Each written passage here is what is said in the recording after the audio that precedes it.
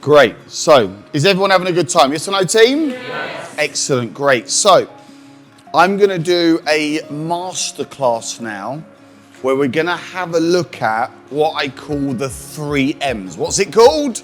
The 3 M's. So, pens and papers out. Pens and papers out. You're going to want to write this stuff down.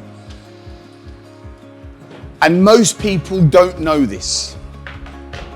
And many years ago, I didn't know this either. And it was only when I started to hang around great mentors that I started to get a much better understanding of, number one, how to make more money. Raise your hand if you want to make more money in this room. Great. Now, this is what most people do. For the horses. This is what most people do, and I've been there myself. People make money and they spend money, but they spend money on things that are not going to move them forward, right? We all like spending money. So how do you make more money? Then what's important to master is how to manage that money, and then ultimately how to multiply that money so your money is working for you, you do not have to work for it, and you live a life of abundance. So I'm going to share with you some top tips.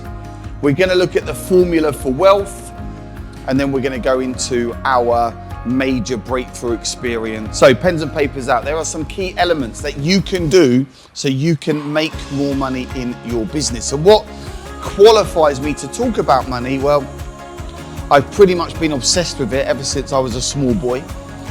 I made a promise to myself at the age of 8 years of age that I was going to be a multi-millionaire, because I used to listen to my mum every single night, cry herself to sleep.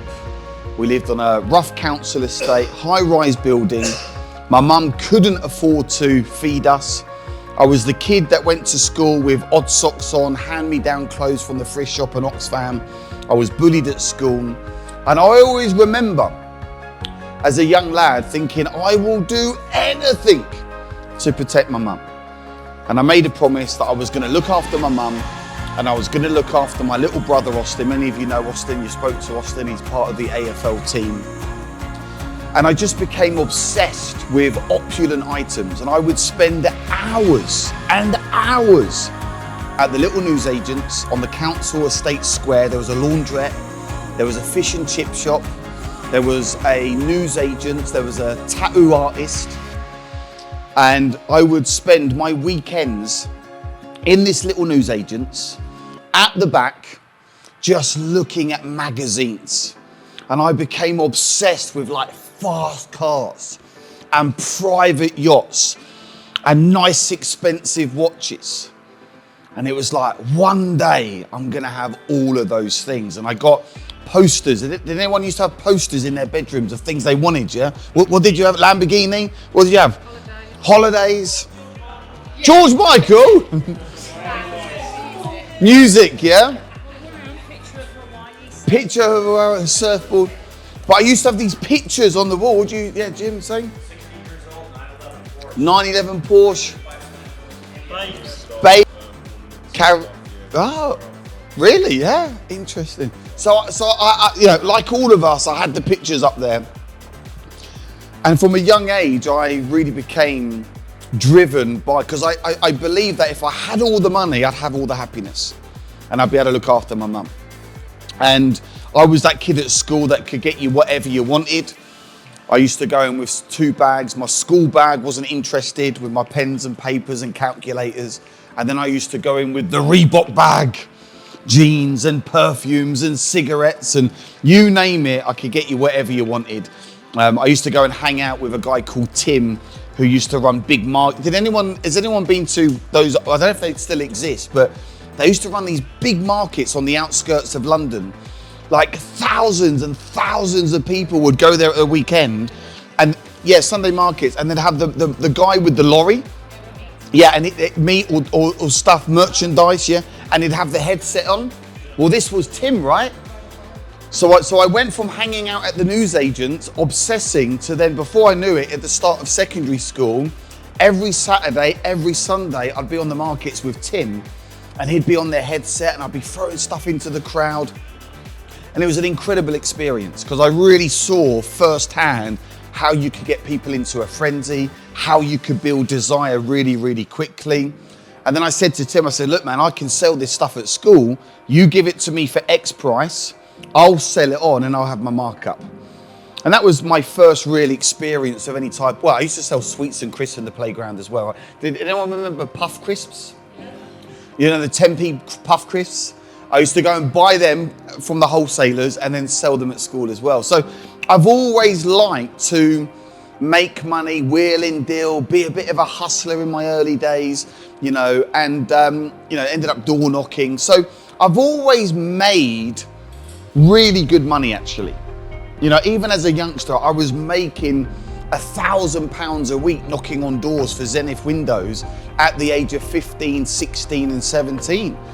You know, 7 days a week, knocking on those doors, people slamming their doors in me. But I became the UK's #1 door canvasser for Zenith Windows. I won awards for that.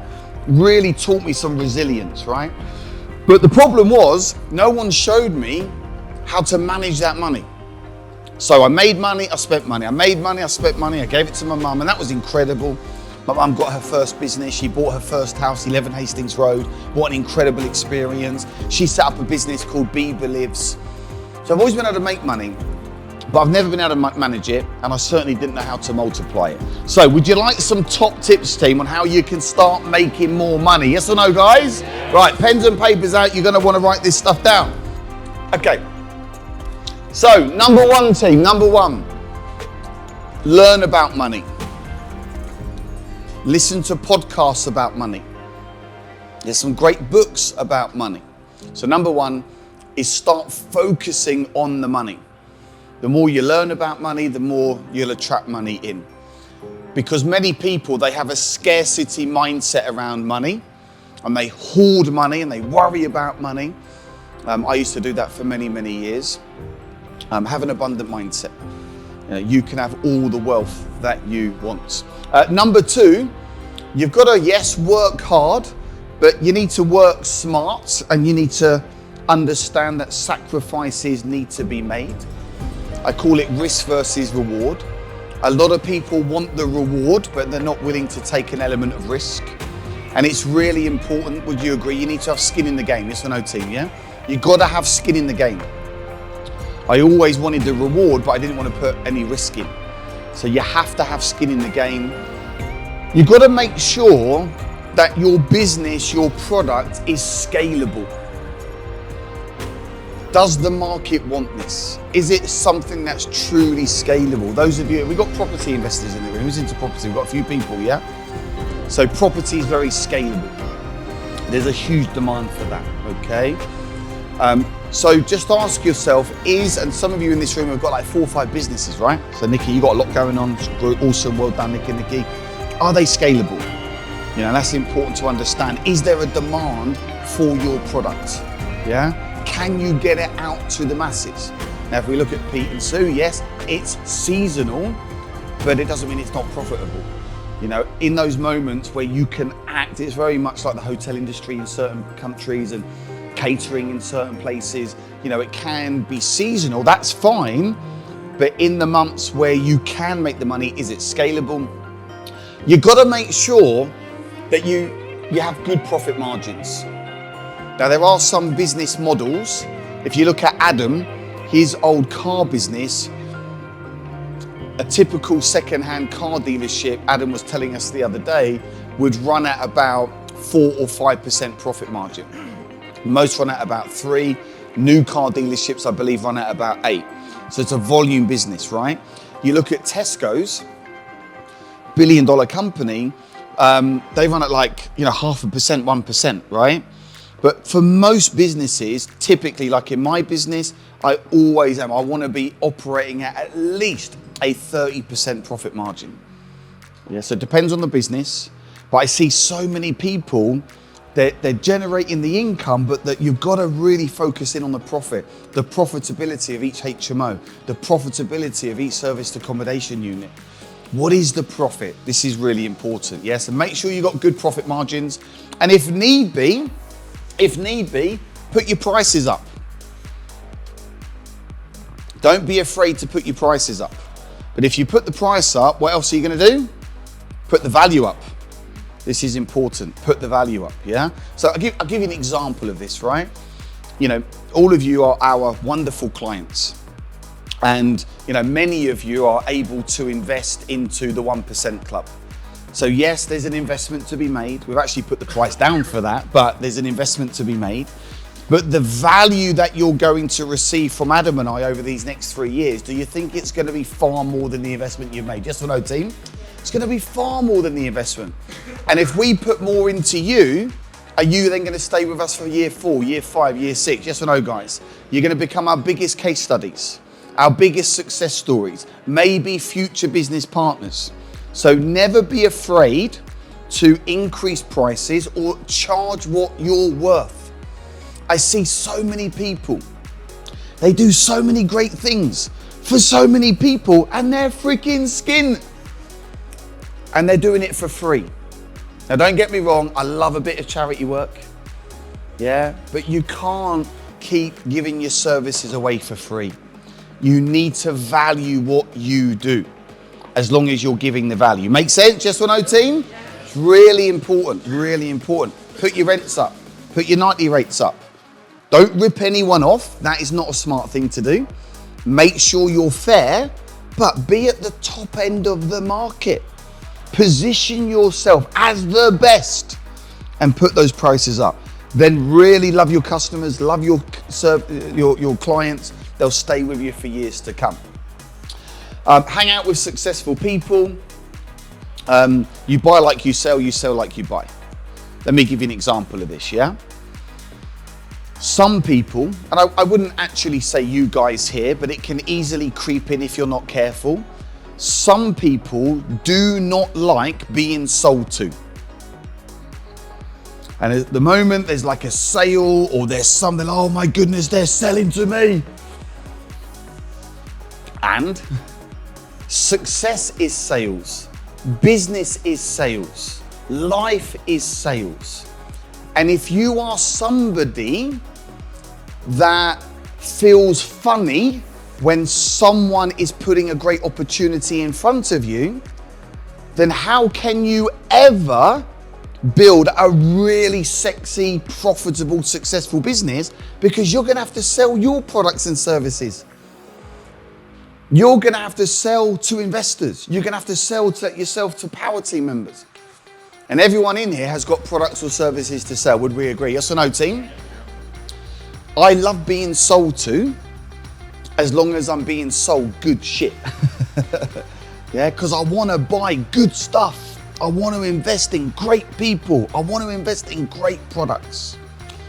So something which I would recommend is just continuously embrace the skill set of becoming a better salesperson. A lot of people would find it very, very uncomfortable standing up in a room of people and saying, hey, I am a great salesperson. I have no problem whatsoever. Because I can't be a great business owner, I can't be a great leader unless I become a great salesperson. Some of the most influential people you see on the planet, the top 1%, are they all great salespeople? Yes or no, team? They're great salespeople.